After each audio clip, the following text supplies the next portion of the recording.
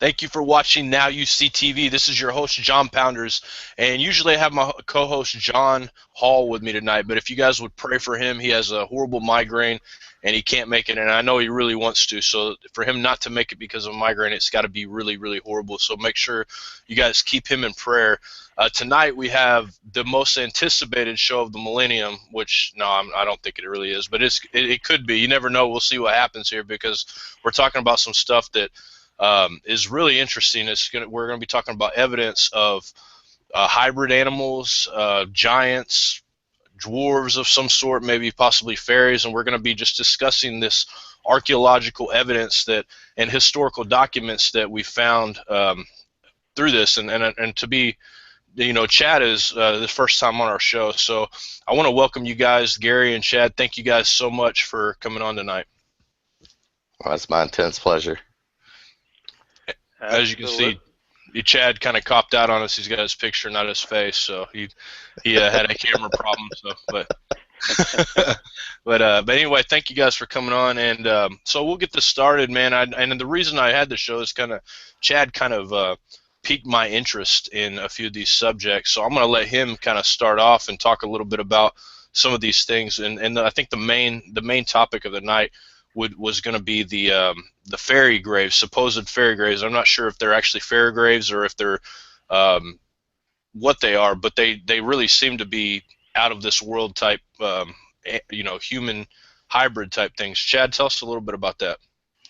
Oh man, there's tons of these little different pygmy and hobbits and other things. I know that one of them is the Homo floresiensis, that is basically, we're on an island called Flores, which was right between Australia and Indonesia, and basically the people that lived there, they called them the Ibugogos, and said that these little creatures, they looked like little humans, but they were hairy, and they said that they were constantly coming into the villages and stealing things, and eventually one of them came in and stole a baby, and they chased them back to their cave and supposedly killed them off. And for a long time, everybody thought it was just a legend, that these were some sort of mythical creature that the villagers were making up, until eventually some archaeologists actually went into one of the caves and they found the skeletons of some of these little creatures.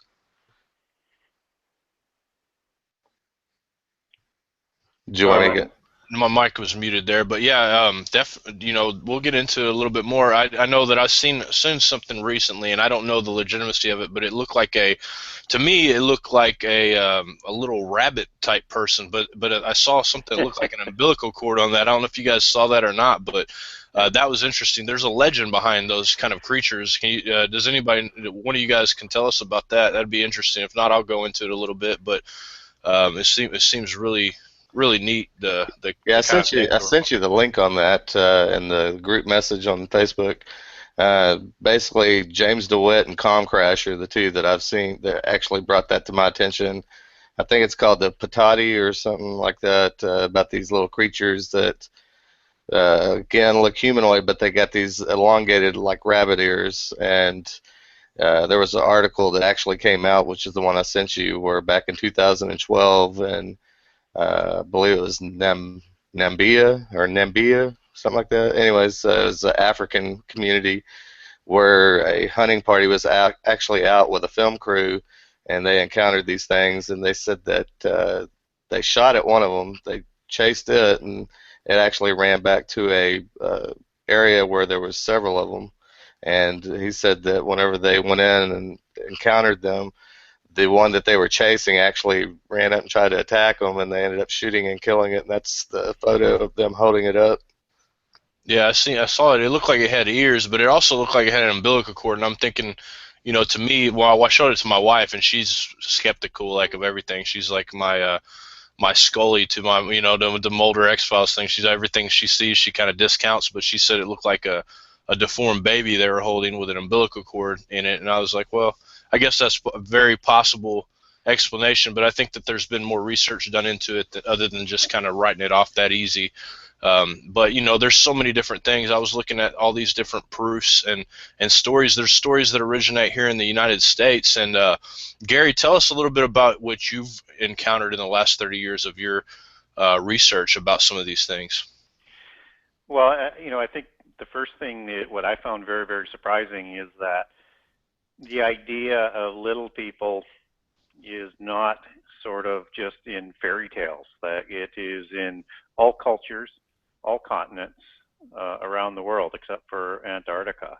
And although there's not that many that's known in Asia, but you take the ones that are in Indonesia that Chad was talking about, and those are the same types of beings that are talked about all through Southeast Asia and into Asia. So I think when we look at the fairy mythology and some of the archaeology on the fairies, we need to understand that this is another one of those common sort of worldwide human legacies where everybody in every continent has this mythology. And I think they're one of the reasons why it is difficult for people to accept. And there's so many different looks to the fairies, and there's not just one kind of them. I mean, there are some of them are 2 feet, some of them are 3 feet, some of them are 4 feet, some of them are really, really small.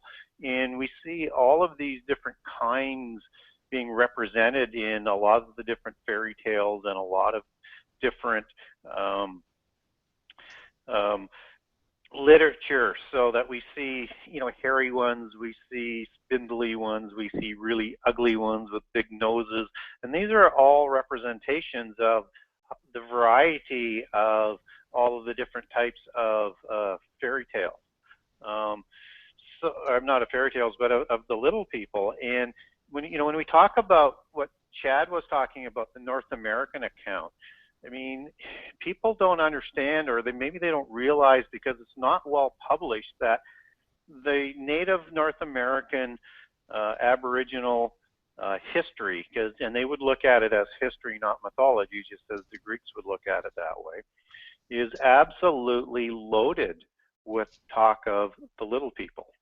And not only, there's 3 sort of common things. I mean, there's a lot of different commonalities between the tribes of North America, but it's in almost every tribe you have the giants, and you have the little people, and you have Sasquatch or Bigfoot.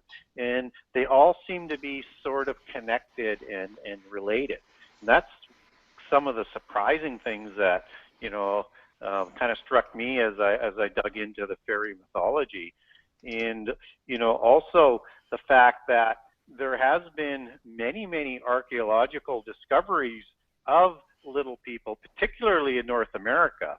And just as with the giant graveyards, or where they find giant skeletons, and again, I think this is another commonality to this whole sort of mystery, is that the scientists and the archaeologists who dig them up, they send them and they pass them on to the Smithsonian again. And amazingly, they absolutely disagree. And of course, the first question is somebody say, well, give me an example. So, there's Lawrence Lundorf and Nancy Menderes who are on record for saying that and they are archaeologists, that these discoveries have gone to the Smithsonian and they've disappeared. And of course, this is the same thing that happens with the giant skeletons. Yeah, I'm looking at, I pulled up this article about the Namibian report about this creature, and this isn't the best picture I've seen of it, but definitely interesting. I don't, that right there kind of leads me to believe that it's more than just a deformed baby right there. But then again, Photoshop is a wondrous thing nowadays. Yeah. But I'm looking at this. You're talking about the bodies found in the Rocky Mountain area, the Shoshone tribes, and I found some of these things. This mummified little person that they found in the 1950s. There's just interesting stuff. I know Chief Riverwind, I'm supposed to bring an artifact to him when they're in Indianapolis not too long from now. Like, there's some people that found some stuff here, and then there's other stuff that's been found in the Evansville area too that we're going to be doing a show about. I'll show it to you, Gary, when you get into town in Evansville for the conference. But it's pretty neat, the kind of stuff that you'll find that and see, one of the guys that found it, he found a whole bunch of things that were pre-Indian to our area, and so there it kind of disproves a lot of the history that supposedly makes up Evansville, Indiana, the Indian history. This is predates it. We have angel mounds, what they call angel mounds here, which the serpent mounds are not too far from here, but they kind of resemble that. There hasn't been a whole lot of excavations done on them, but they call them the angel mounds, which is interesting.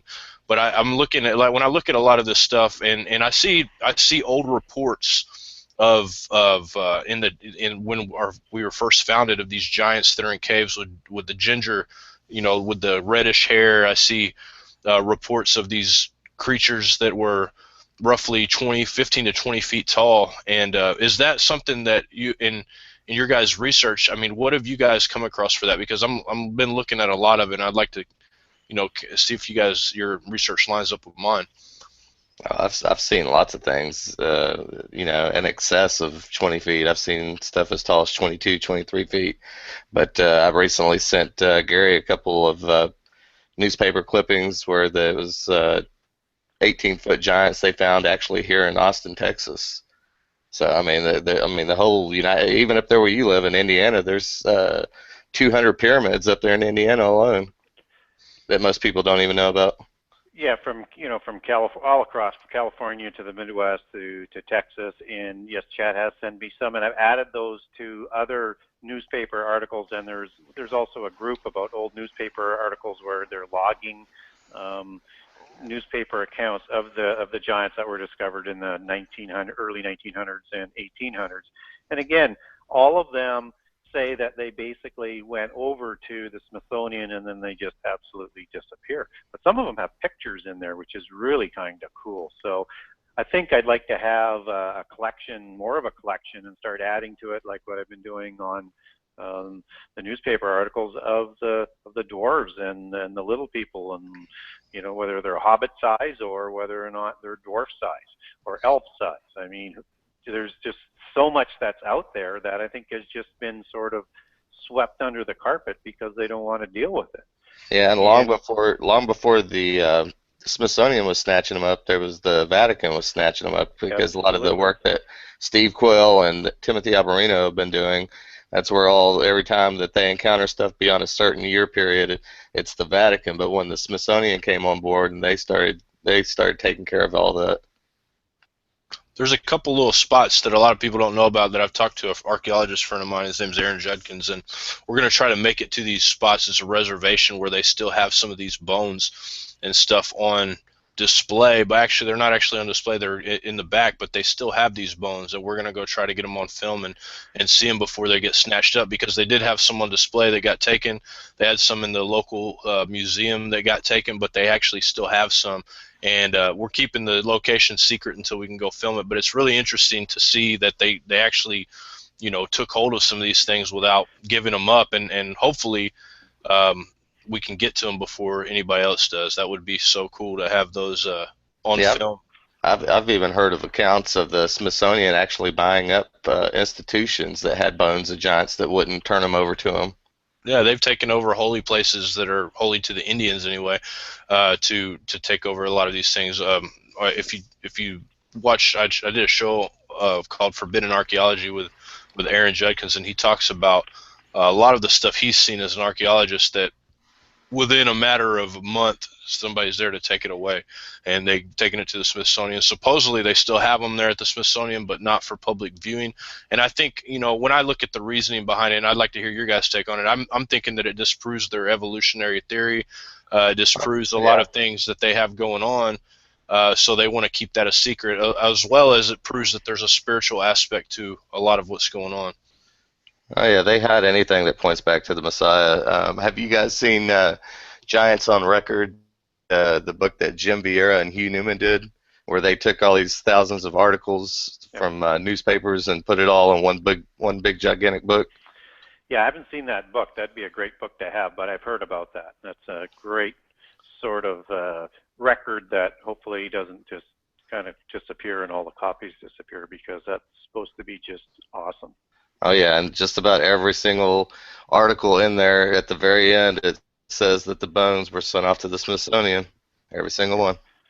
So if you look at, just to get back to your point on this, John, is the reason why both the Vatican and the Gnostics and the polytheists have separate reasons why they don't want much attention put on this. So when you look at what the Gnostics are trying to do is they're the ones who introduced the evolutionary theory, and it's sort of the first layer or the superficial aspect of evolving into gods, but they're talking about a spiritual evolution in terms of the soul. But they created evolution not as to hang their hat on. They did that to turn people away from Christianity. That's the only purpose that it serves. So the reason why they don't want the true history, which they truly believe in terms of their connection back to the giants and obviously a connection to the fairies and so much more that we've talked about on so many other shows, is that they want to keep the focus on destroying the only thing that's really preventing them from creating the New World Order and world government in the end time, and that's the stubborn Christians. They have to destroy Christianity. So don't get caught into the idea that they're trying to defend evolution. They're trying to keep it there to destroy Christianity and to deceive people. So, I mean, there's a different motivation there. And of course, the Vatican, I mean, they've got a lot of mixed sort of things going on in the Catholic Church. But certainly, they have seemingly no interest in wanting to look at prehistory whatsoever. So they tend to hide and keep secret all of that. And if you've ever attended a Catholic church on a regular basis, I mean, they will never talk about Genesis 6 in terms of the giants or what happened really before the flood, other in a very, very superficial manner. Yeah, and it seems to be the case with a lot of I guess churches anyway, Baptist churches, you name it. It's in seminary, they pretty much shy away from any kind of information like that, and it's really sad. I mean, I went to a Bible college, and that was one of the first things they tried to make people believe that the Sethite theory was the thing that they taught there, and that was it doesn't hold water at all to the scripture. I mean, I've tested it. In fact, I got those are some of the questions that if you go to church and talk about, that you'll actually get in trouble for talking about it. Or they'll tell you to quit questioning the Word of God and stuff when you're just trying to ask questions. That's one of the reasons that I turned from Christianity as a young, before I came back to it. That's one of the reasons I turned, because the questions I would ask, they just didn't have an answer for, or they just didn't care one way or another. So, but this picture right here, wow, this thing is interesting looking. I don't know if you guys can see the screen share that I got going on. I'm trying not to share anything too crazy, but that right there is I wonder if that's been DNA tested. It's supposedly in Wyoming, US, so I don't know. I wonder about that. Do you guys know if that's been DNA tested? I know that they've done an x-ray of it, and it actually has an internal skeleton, so it will. Right. Yeah, I believe it's probably human, or humanoid type creature. I just wonder if, something like that, man. I mean, somebody needs to get that DNA tested. That's just interesting. It is, and I think if there's more attention focused on this, I think it'll gain momentum, just like the concept of North American giants has just sort of snowballed in the last 4 or 5 years. I mean, you would never really hear of it in a large way, a decade ago. So right. I think shining some attention on it and bringing out, the connections to what might be between the giants and secret societies and prehistory and aliens and all those other sort of connections, because I find the more you dig in, you just see more and more connections.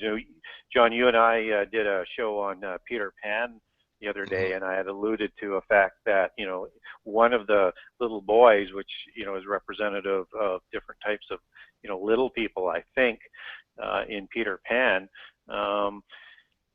would be the North American little people. And, in the Cherokee legend, and we didn't talk about this, kind of sorry I didn't, because it would have been a perfect show for it, but they have a legend about a boy who wanted to live forever, right? And he wanted to stay young forever, and he didn't want to grow up. And so he was caught in this tussle between his parents and, wanting to do what he wanted to do. And the little people took him to a place where he could be young forever.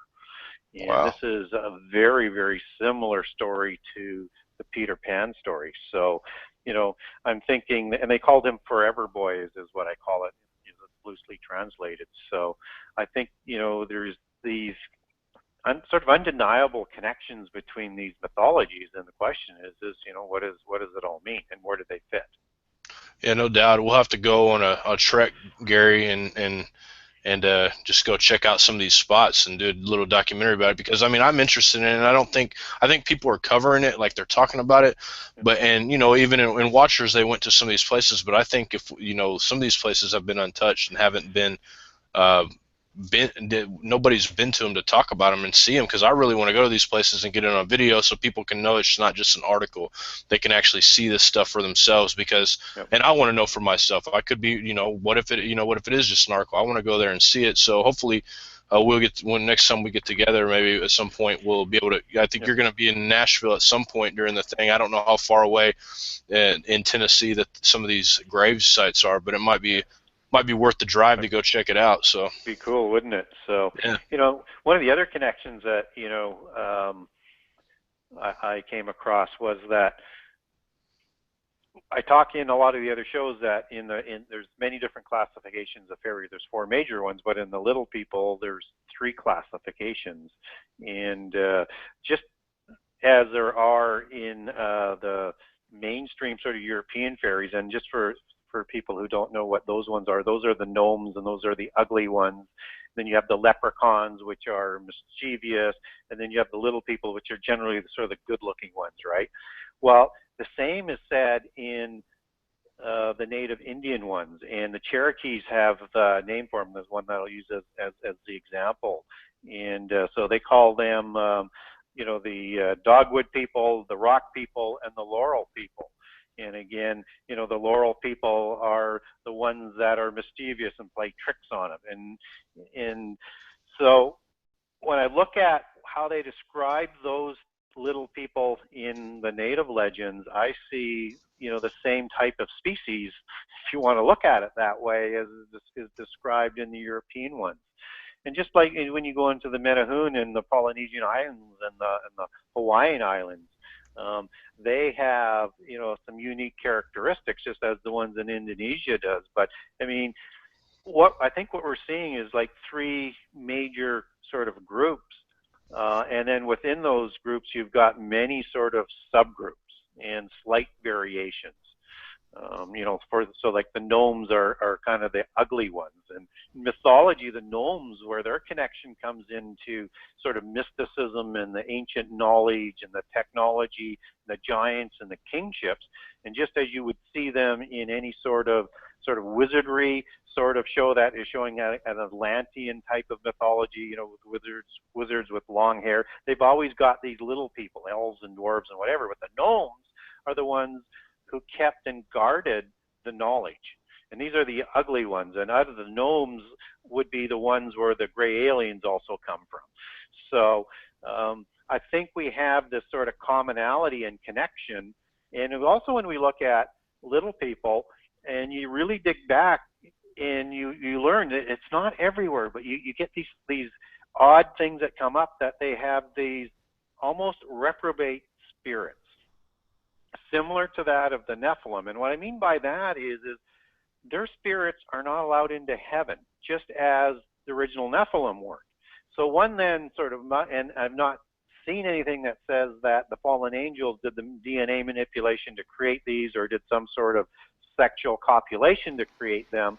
But all of a sudden, when we talk about that connection, where the first generation of Nephilim, their spirits aren't allowed into heaven, and the same sort of talk is about the little people, then you kind of say, well, maybe their history is the same. And then when we talk about the technology and the knowledge and the gnomes guarding that, and we understand that the little grays are identical looking to the gray aliens, flying machines and having great technology and going through portals. And then when we find out that connected with the little people, there's these Dolmens, these fairy Dolmens, which translates as fairy portals, which perhaps, you know, spaceships come through if you want to go down that mythos, or just from one dimension to another. But within that sort of metaphorical, allegory, mythos, narrative, you see this consistent pattern. And these fairy dolmens are all over the world, just as the little people are all over the world, and just as they are in most mythologies when you're talking about prehistory and kingships and giants in the ruling class and the religions. I mean, they talk about them in Ireland, Greece, Philippines, Hawaiian Islands, Indonesia, you know, pretty much everywhere, and they go by different names in some places. Of course, you got fairies, brownies, gnomes, pixies, leprechauns, pygmies. I mean, I'm not, obviously pygmies, they're in Greek mythology, but there's also a pygmy race in Africa right now, supposedly.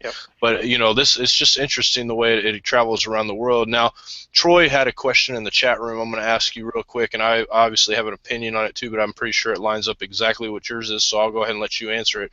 And it says, so did Tolkien follow the names of the little people from mythology accurately, or did he muddy the waters with his own fiction on top of what historically attributed to various races? Yes, he's added to it, in my opinion, if that question is directed to me, John. Yes, directed to you, yep. Yeah, and now he used the Norse mythology on elves as opposed to the Celtic or Central European or others, so he has a distinctive Aryan, Nordic flavor to it into prehistory. But yeah, he's done some changes, and he's also mixed in the ancient Sumerian aspect with the ring lords. I mean, so when we're talking about the ring lords of the stumbling over my words here, but when they talk about in Lord of the Rings, the title and this ring sort of bond and union of these different peoples to bring peace back to the world. This is the Anunnaki Lord of the Rings, ring lords table that ruled the ancient world, and it's also metaphorically represented in King Arthur with the round table and the different knights. And of course you've got the Norse knights in there like Galahad, or is it Galahad? No, he's more from France. Gawain from Norway, and who's represented in that. So he's mixing in a number of different things as what a lot of the more modern mythologists do. So Narnia has a lot of sort of mixing of ideas and newer thoughts. So yeah, he kind of goes off on his own, but at the same time, what he's really trying to do is just keep alive the different sort of main sort of narratives from prehistory that he was focusing on in terms of the different types of peoples and species, and that there was way more going on in the age before the flood, and that even at the end of the flood, he has a great sort of allegory there where you've got all these different beings going away on a ship, on a boat, and that's a metaphor for the flood, and they leave it with, now it's the time of man. So that's why we don't see them. They become hidden, or they go into portals, or they go into the other world or the nether world, go to Anwin. I mean, this is all the same sort of allegory all the way through. It does just different names for the different places that they go to, because they're vernacular names for the different cultures. Yeah, and you know, this is something kind of interesting that I wanted to you know, bring up in this show. But have you guys heard of the legend of the Sheep-Eater Indian tribe in Yellowstone? If you guys don't look it up, if you haven't, look it up real quick, because it's well, I'll talk about it a little bit. But there was this there's a Sheep-Eater Indian tribe. If you look on Yellowstone National Park's actual website, they have it. They talk about it. But there's these race of little people. The race called them pygmies. They lived deep in the mountains, and they were kicked out of the Native American tribe. Didn't like them because they would steal their sheep and eat them. And they were, you know, this is something that they have on here. Whether or not it's true or not, I don't know, but it's pretty interesting. That's something I never heard about. I just happened to look that up, but they call them sheep eaters. That's pretty hilarious. I don't know, but yeah. Not familiar with that one. Yeah, heard of it. I've heard of David Pollides that did the Missing 411 books. He's actually gone on record in the Hoopa Project books that he's wrote of people that wear basically animal skins that are like wild people and kidnapping people and stuff like that. Yeah.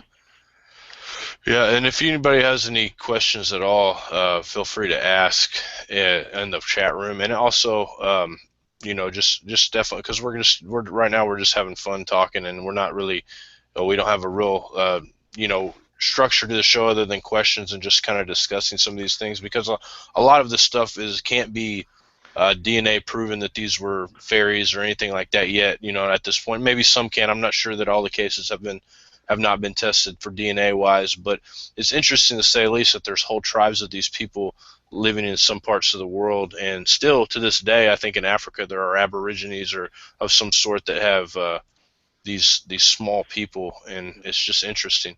And DNA testing for a lot of these things, that they've kind of halted on a lot of DNA testing for certain kinds of things, and I'm not sure exactly why. Have you guys heard about that?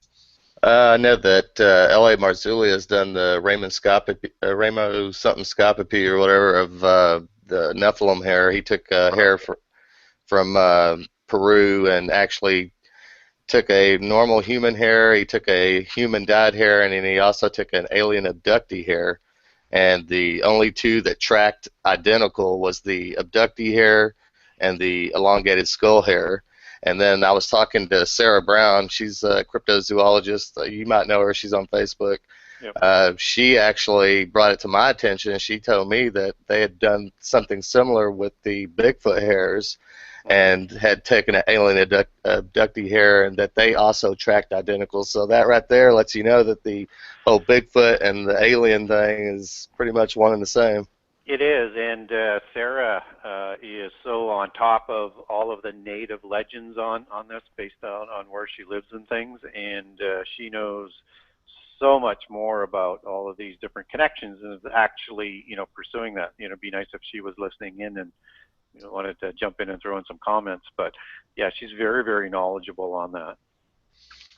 Yeah, there's a lot of people who've done a lot of research. I'm interested to see the new Watchers by L.A. Marzulli, where he gets into, because I had him on the show not too long ago, and he talked a little bit about it, but he wouldn't tell me some of the things. I tried to pick it out of him even off the air, but he wouldn't tell me. So hopefully he's got some new cool stuff, because the other Watchers series are really cool. And if you guys haven't seen them yet, you can go to UFO TV, I think, here on YouTube, and watch the first all of them up to the newest one, I think, which is kind of cool, because otherwise you have to buy them all. So pretty interesting stuff. But Hey, yeah. Gary, I got a question for you. Have you ever read the book of the Cave of Treasures? No, I'm not. Okay, I need to see about getting you a copy of that book, because it's got some really interesting stuff in there. It actually talks about the Nephilim, and basically talks about them going naked and that they had horrible faces and stuff. Yeah, I believe that. So, and I have to admit, and I've said it in some of the shows that I've done, that, when I did my research, I was actively not looking at people who was doing the same research that I was doing, because I wanted to come at it from a completely sort of new perspective, if I could, and not be influenced by what was written. And so I think you succeeded at that, Gary, because I've had you on my show a lot of times, and it's not just because for any other reason besides you connected more dots for me than any author that I've read on this subject ever. Because your book literally could be a textbook of mythology and Bible history. Could be. It actually is a textbook. What are you talking about? Well, you know what I mean. It could be used, and I think that it should probably be used in a lot of universities, because when I studied mythology and stuff like that, they didn't have near the resources, in my opinion. You did have to do reports on certain aspects of different things, but you've got a wide variety. I was talking to David Carrico, and he's reading your book now, Gary, and he said he's got 80% of the books that you referenced in that thing, but there's another 20% that he didn't have, that he's really sitting down and taking the time to read it. It's pretty cool. So yeah, excellent. And the other thing that I found about, and again, I didn't spend a whole lot of time on the North American aspect of it, because the book was so big, and I kind of wish I had spent a little bit more time and got more of it into the book, because it's so popular now. But one of the consistencies to this whole mystery is that most of the graveyards that my understanding of the little people that have been found or said to have been found, they kind of stick to the sort of the main civilizations, and like the mound civilizations for the most part, right through the Midwest. And I've not heard as much in terms of graves and things that would be out where the Hopi are. but I might be corrected on that, but it just seems to be, it sort of runs right up the middle, and so that whole civilization that sort of connects back to the Aztecs, and which civilization started the Aztecs. And most people think that the Aztec civilization came out of North America and went down. And what's interesting also about that, and when we talk about little people, is that, let's say we take the Hopi, and that's why I'm curious if there is any sort of graveyards or archaeology about the Hopis, is they have one of the most, and the Arikara, distinct legends that go back to Atlantis. And what reason why that's important is because in the Atlantean mythology is that you've got these Neroids and all these little people that go along with these wizards and things and their mystical religions, and the giants and the titans of Atlantis. And they actually believe they came from a island in the Atlantic, and they were white, and they were the Snake Clan, which is really, really sort of connecting dots. And it sort of goes back to what Chad was talking about, how ugly these things were. And I do believe that they looked like their fathers, which were the seraphim angels, and had the face of a viper. Now, when you have that sort of ugly look, that was passed on from sexual copulation and creating a hybrid species between humans and fallen angels, the seraphim angels in this case, the watchers or the Grigori. And then we have all of these sort of ugly little people and a few good-looking ones. It just, I wonder whether or not that was DNA manipulation or that was crossbreeding, and to arrive at that. And I also wonder then at the laws that were given to the Israelites not to interbreed different species. And that law was given, very close in the center of other notorious crimes of the antediluvian world, like drinking blood and strangling animals for ceremony and worshiping idols. And I don't find these things in my own mind to be coincidences. I think it's a connection, and it's just a matter of adding more information and research around it to give it more context. Hey Gary, have you read the Book of Giants? From Enoch? No, it was actually a complete different book. We only have fragments of it that they found in Cave 1 of Qumran. Yes. But one of the things that it actually talks about, it kind of mirrors Enoch, but it goes a little further into depth and in detail, and actually talks about that each one of the angels actually took 200 of each kind of animal, and that they basically use the word miscegenation, which means sexual in nature, and that they created this race called the monsters. So it wasn't just the Nephilim that they created. They also created a whole different race called the monsters, which were all sorts of things you can't even imagine. Yes. So, and I've got a couple of versions of the Book of Giants, and they're the Gnostic versions. So, I don't think they're not long books, so they're obviously not complete. And you're absolutely bang on that, Chad. So, and when we look at some of the other things that were created, it's certainly in mythology, whether or not it's Pegasus or centaurs or whatever. I mean, there were so many different animals in prehistory that were created that were crossbreeds and things like that. I mean, even the Minotaur in the labyrinth and part of the whole bull cult. I mean, that was, copulation between a bull and a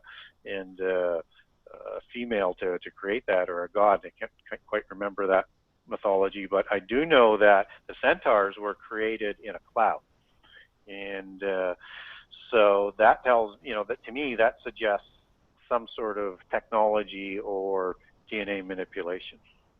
Yeah, and when you talk about your next book, I can foresee a North American Giants thing going on here. Is that something you're looking into doing? Because you look at all these different things, like we're talking about red-haired giants that stood 12 foot tall, that the early settlers had to fight them off to keep them from coming and stealing. They were cannibals. You've got all these crazy things going down that these are from like old articles and old stories of the Indians at that time. But I mean, interesting, over in Nevada and Utah area, just right out there in the desert. And anybody that's ever been out there, there's so many places to hide out there. It's it's unreal how big and vast this area is possibly be. So Yeah, just I've got several books by Sarah Winnemucca, who is actually one of the female Indians of the Pi Indian tribe that actually dealt with the red-headed giants that were coming and basically stealing their loved ones, kids, animals, and stuff like that. And finally, after the Paiutes had enough of it, they basically bound with all the other Indian tribes that were in the area, and they chased them into that Lovelock cave and set the mouth of the cave on fire and basically killed them with smoke inhalation. Yeah, I've heard that was done in several locations. So whether or not it's a retelling of a different story, or it was just what you had to do to destroy these giants. And there's also a lot of research out there suggests that giants, as well as the little people, like to live in caves and in more mountainous regions, preferably. So I think again, there's that commonality that suggests there's a connection there, just as with Bigfoot. I mean, you don't find Bigfoot on the bald prairie, right? So right. that I'm aware of, anyways.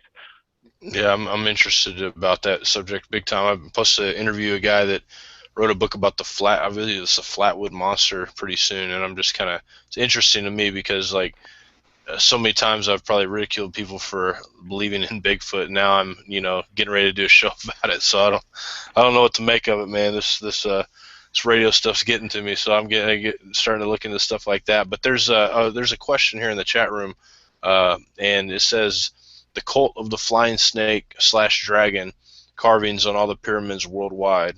Do these align with the pyramid cultures? And that's ask question to you, Gary, I believe.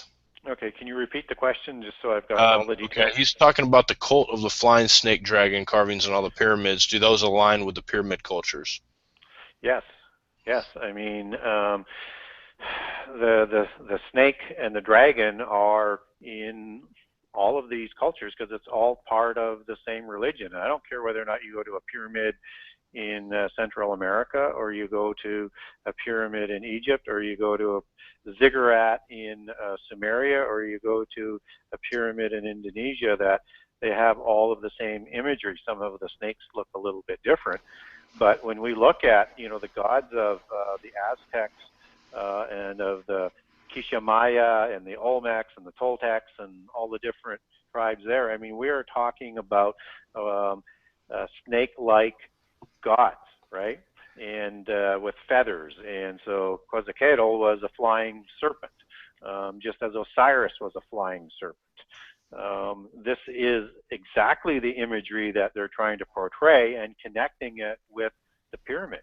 And, again, having pyramids around the world and in so many different locations, all with, sacred geometry, all with things that, done in a style and a manner that we probably can't do today, all aligned with astrological alignments and neat things like that. There's a whole bunch more going on there and a lot more things connected there, and that these civilizations must have communicated in prehistory. And again, I mean, I know that a lot of people like to say that the pyramids in Central America are, were built not that long ago, let's say within the last couple thousand years, except that the people there say they didn't build them, that they inherited it from the gods, just like the Sumerians said, just like at Machu Picchu. So if I'm hoping I answered the question, and I think they were particularly talking about a flying dragon, if I understood that right, John. Was that correct? Yes, I think so.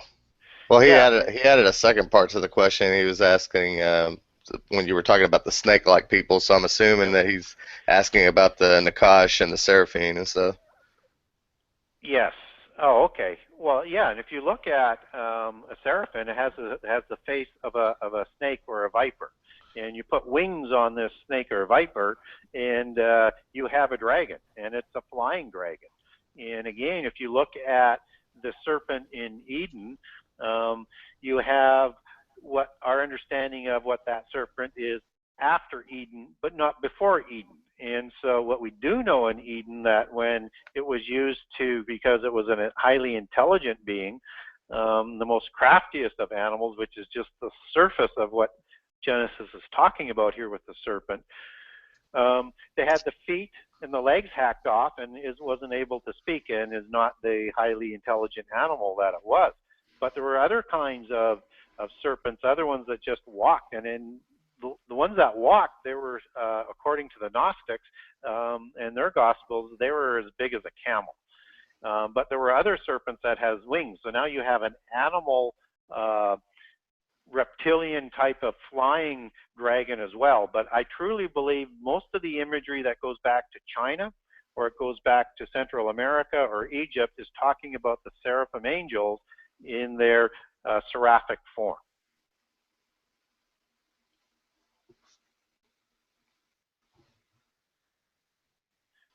Yeah, I'd be inclined to agree with you on that. Okay, so I think, Chad, do you have anything you want to add to that? Well, I mean, as far as the seraphim, yeah, I'm losing. I lost my train of thought. I'll add something to it. I mean, my mic was on mute. I was sitting there talking. I'm like, these guys can't hear me, I guess. So I was, the snake worship is obviously, when you look at, first off, for one of the main stories, Gilgamesh, I mean, the Sumerians worshiped the serpent god or goddess named, tell me with the translation, but it's like Ningishzida, is an ancestor of Gilgamesh. So obviously, Gilgamesh was some sort of serpent-like, of God, small g God. So these were ancestors of them. Still maintain the serpent look.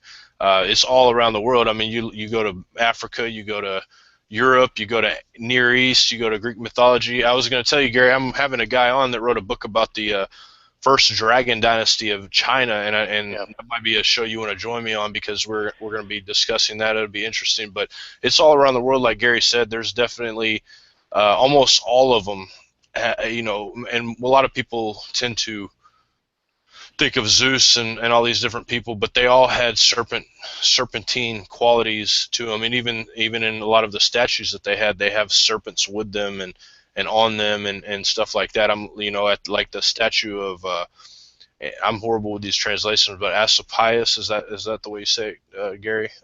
At the Pergamon Museum in Berlin, I mean, they have these huge serpents, like python-like beings, that they have on the rod, and just, it's all over the place. And that is one of the common denominators, right? Gary's right on that. I mean, I couldn't agree more. I really can't say anything more than probably Gary said on the whole subject, but I mean, they're Korean, Hindu, Christian. There's Christian mythology, Cambodian mythology, Australian mythology.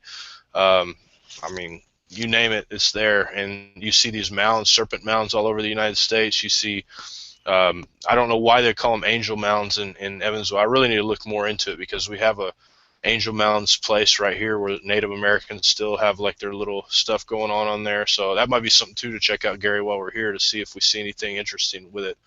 So sure. And the Greek gods, a lot of the imitations of those, and the very, very old ones, they were depicted as serpents. All of the Sumerian gods were depicted as serpents, just as the kings were. And you see these elongated skulls that are, again, typical of that serpentine look, in terms of having that sort of long look, and those high cheekbones and the slanted eyes and glowing eyes and thin lips. And ever get a chance, look at Akhenaten at a King Tut museum, and that's circa 1250 BC. So he still looks like a serpent, if when I look at him. And then they have that really sort of, everybody thinks it's a stylized woman sort of shape to him, but he's got a very odd shape that's almost trying to depict a serpent. Then you have the cobra that's all over Egyptian imagery. When we talk about the commonality of the serpentine look and the gods that were depicted as serpents, it is again, common thread that goes through prehistory. And another common theme is the seven mountains, the seven sacred mountains of prehistory. And whether it's in the dragon, they have seven sacred mountains, and they believe they were all in China as they interpret it today. But if you link that with the other mythologies, those are the 7 cult centers that were around the world. And those were the 7 angels that taught the illicit knowledge and were the leaders of those cult centers around the world. So whether or not you had, Atlantis, or you had Sumeria, or you had Mu, or whatever you want to call these ancient cult centers around the world, 7 is a common denominator because it comes from those 7 leading seraphim angels. And they built these religious centers at these cult centers.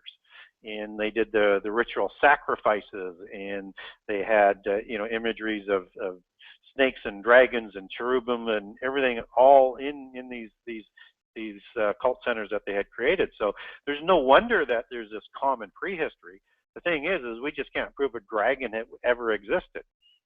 But if you can imagine a dragon without wings and any sort of hands or feet, you have a snake.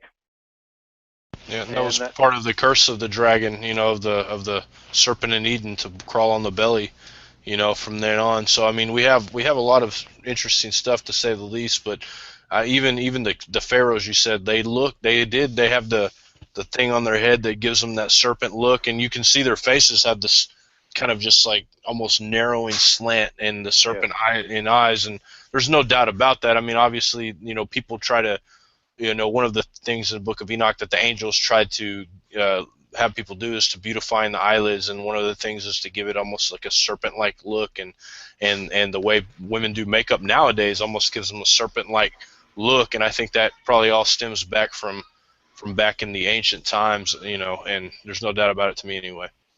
So. Yeah, and also in the Book of Giants, I believe it was Malway was the name of one of the Nephilim, who actually, it talks about him actually taking flight, just, leaving the earth and flying across the desert of desolation. So, I mean, that's the thing, I believe some of these creatures had supernatural abilities and were actually able to actually fly around.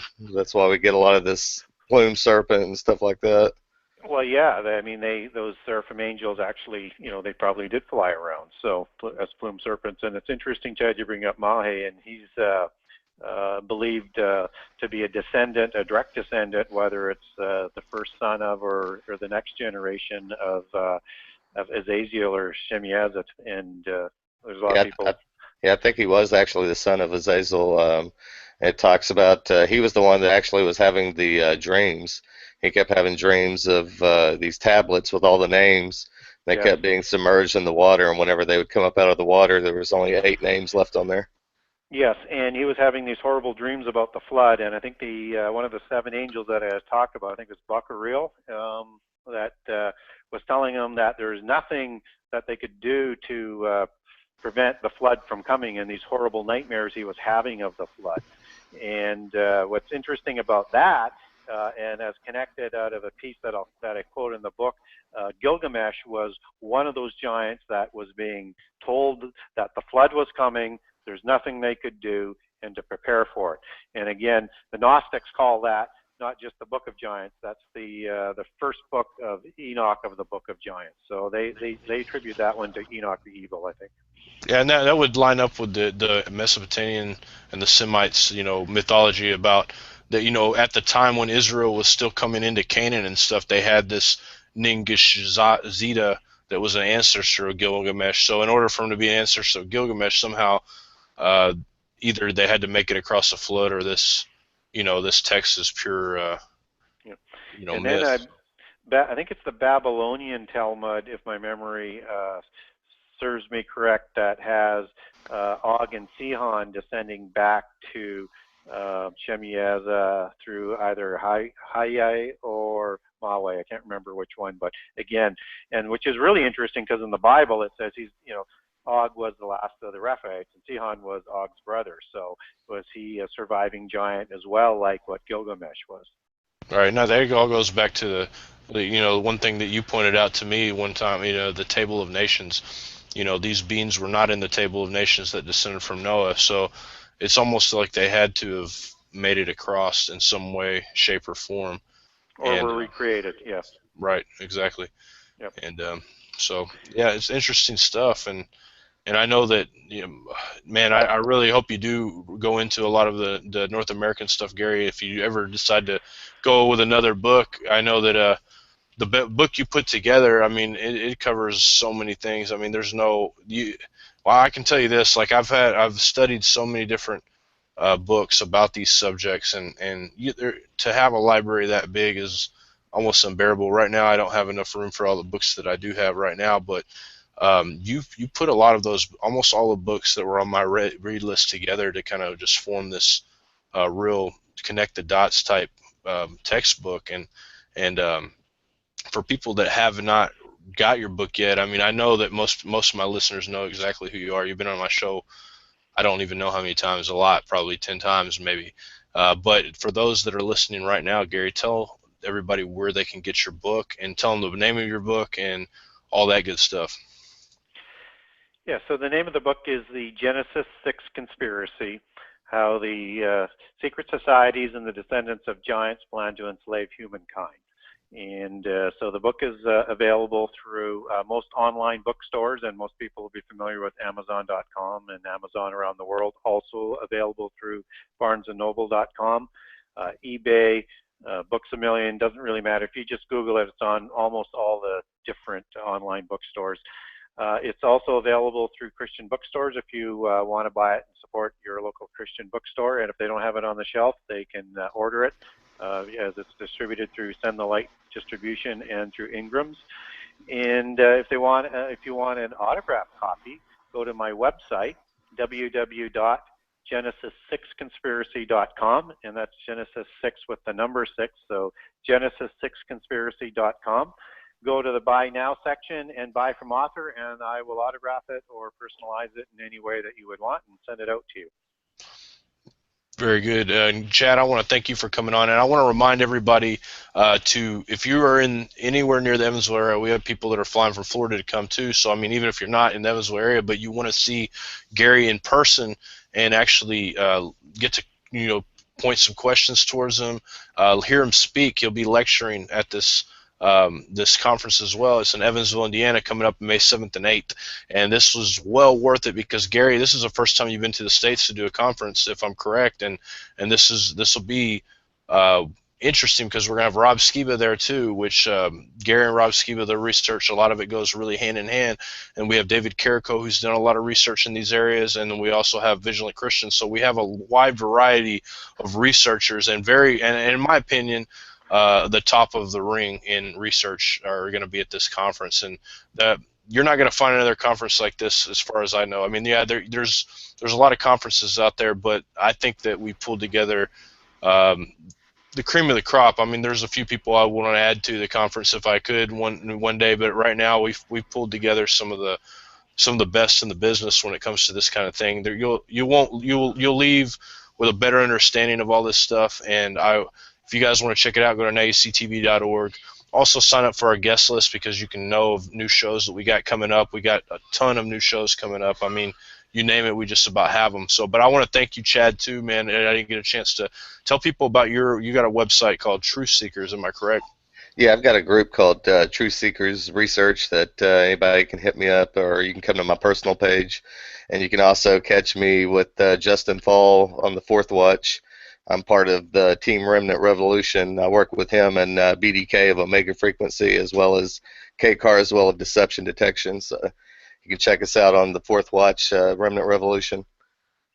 Sounds good, man. Well, tell Justin Fall he needs to get a hold of me and get this show together, man. We've been talking about doing it for a long time, so go ahead and put a boot to him and tell him to get with me. So I'm interested in having him on. But I just want to thank you guys. Gary, you come on the show so often. You're definitely one of the staples here, and I appreciate you a ton. Chad, you share more of my posts than I think everybody in the whole Facebook community combined. I saw today I had 60 shares on the post. I'm like, man, and I looked through and it's Chad just sharing away, man. You share so much so much good information too, because I'm always checking out your posts and just stuff that I've never seen. So you really help with my research and all that good stuff. So I appreciate you guys a ton. I appreciate the people that are listening. You guys are the reason we do what we do. We want to get the information out there. Share this with your friends. Share it with your family.